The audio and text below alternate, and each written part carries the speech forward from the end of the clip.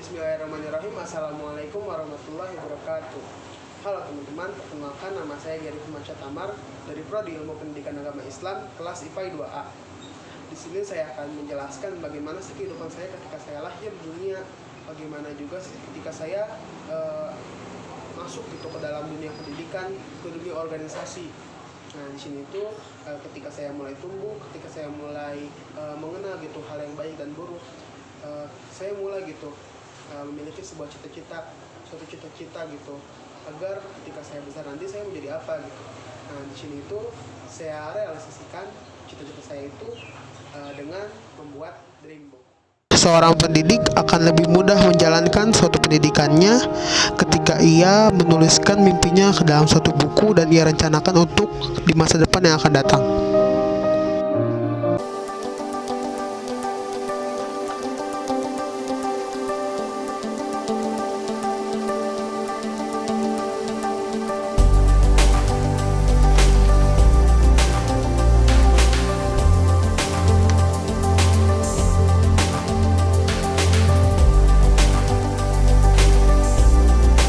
Tepat pada 1 Agustus 2002, lahirlah seorang anak kelahiran Kota Padang yang lahir tepat pada 18 tahun yang lalu. Dia diasuh dan dibesarkan dan dididik oleh sepasang insan yang luar biasa. Dia lahir dengan wajah yang imut, kepala bulat, dan dengan kulit yang kecoklatan. Dia adalah anak kedua dari 4 bersaudara dan anak pertama laki-laki di keluarganya. Inilah kisahku, Gary Firmansyah Tamar. Lahir dari pasang insan yang luar biasa. Ini adalah ibuku, seorang wanita yang tegar dan selalu bersemangat dan selalu menyemangati anaknya agar tidak pernah mengenal apa itu artinya menyerah. Dia memiliki jiwa yang lemah lembut dan yang dimana ia selalu mengajarkan apa arti kehidupan. Ini adalah ayahku, laki tampan berbadan tegap dengan sedikit hidung maju ke depan, seorang yang bekerja keras dan tentunya sangat bertanggung jawab. Sosok yang sangat luar biasa yang mengajarkan arti dari kuat dalam keadaan situasi apapun. Ya, hobi saya ialah bernyanyi.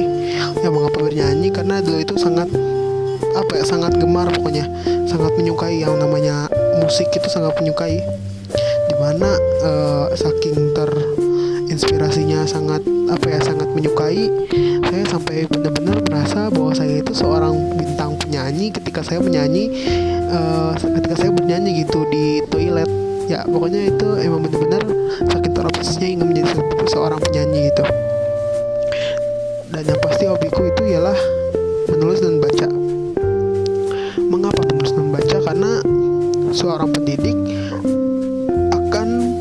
menjadi sukses ketika ia menjadikan tulis dan baca itu menjadi sebuah kebutuhannya gitu, menjadi sebuah hobinya.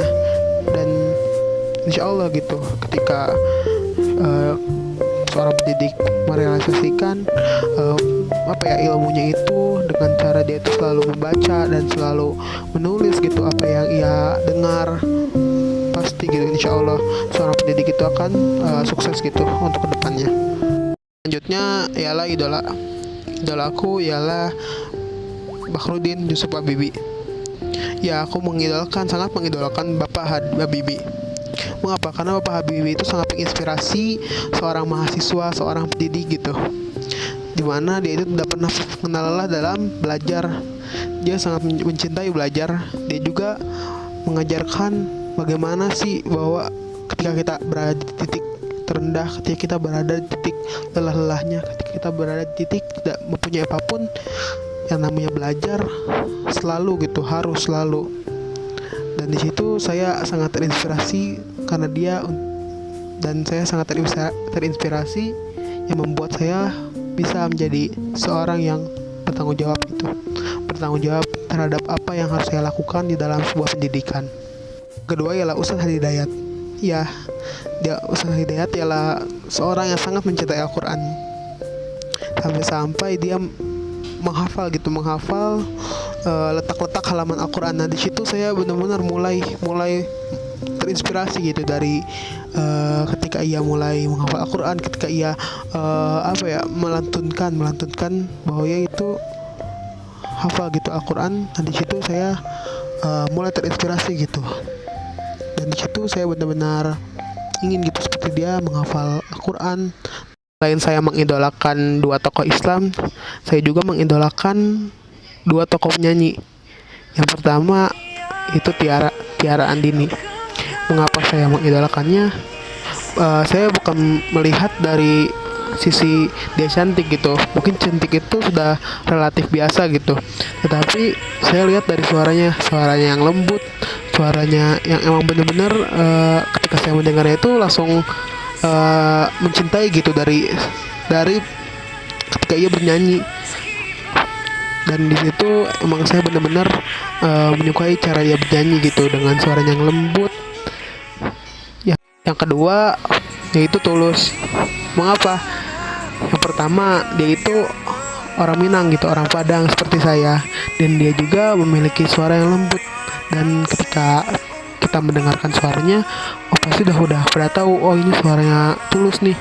Pokoknya ketika dia bernyanyi, ketika dia performan gitu di suatu event acara gitu, terlihat gitu bahwa dia memiliki suara yang khas. Ya, selanjutnya yaitu prestasi. Ya mungkin kalau untuk prestasi saya tidak banyak gitu ya. Nah mungkin kalau buat yang kayak gerakan gitu, mungkin ini paling juara 3 paskibra itu pas saya lomba di daerah Gunung Halu. Selain paskibra, prestasi saya juga yaitu alhamdulillah lolos ke UPI jalur seleksi mandiri dan lulus ke UIN Sunan Gunung Jati jalur SM sama juga seleksi mandiri. Tiap orang pasti memiliki kelebihan dan kekurangan. Yang pasti kekurangan saya itu lebih banyak daripada kelebihan saya. Ya mungkin salah satu kekurangan saya itu ialah paling mudah untuk insecure. Itu peta impian. Ya mungkin peta impian saya tidak lebih baik gitu dari kalian, tapi yang pasti yang pertama saya akan belajar sungguh-sungguh gitu di bangku mahasiswa ini.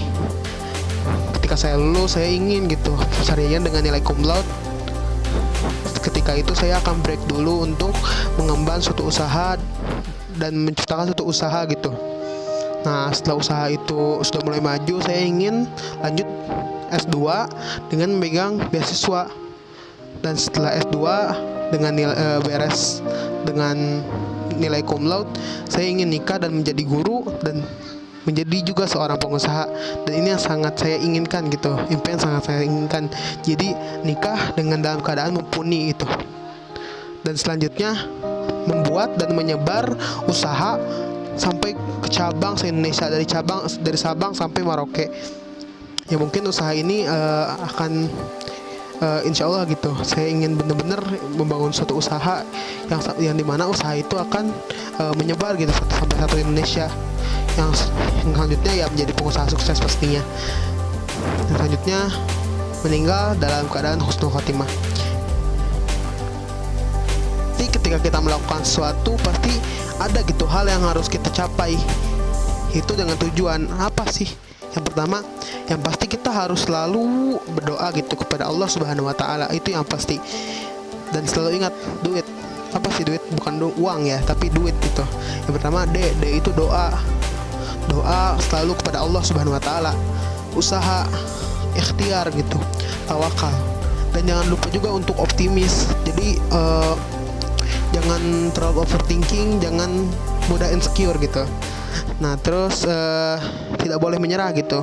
Dan yang pasti kita harus selalu berbakti kepada orang tua, karena ridallahu fi ridho walidain. Ridho orang tua itu yaitu tergantung pada ridho Allah, seperti itu. Dan ini moto saya, usaha tidak akan mengkhianati hasil, insya Allah.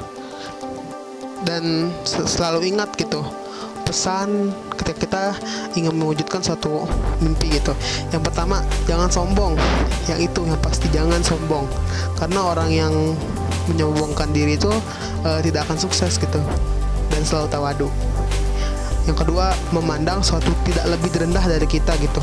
Jadi kita memandang suatu itu apa ya, jadi jangan terlalu meremehkan, jangan terlalu melebihkan, jadi ya udah biasa-biasa aja gitu.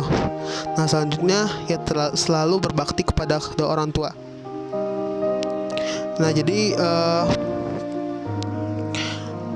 kita harus selalu gitu berbakti kepada kedua orang tua, itu harus pasti gitu ya. Yang tadi yang ridho Allah, ridho walidain.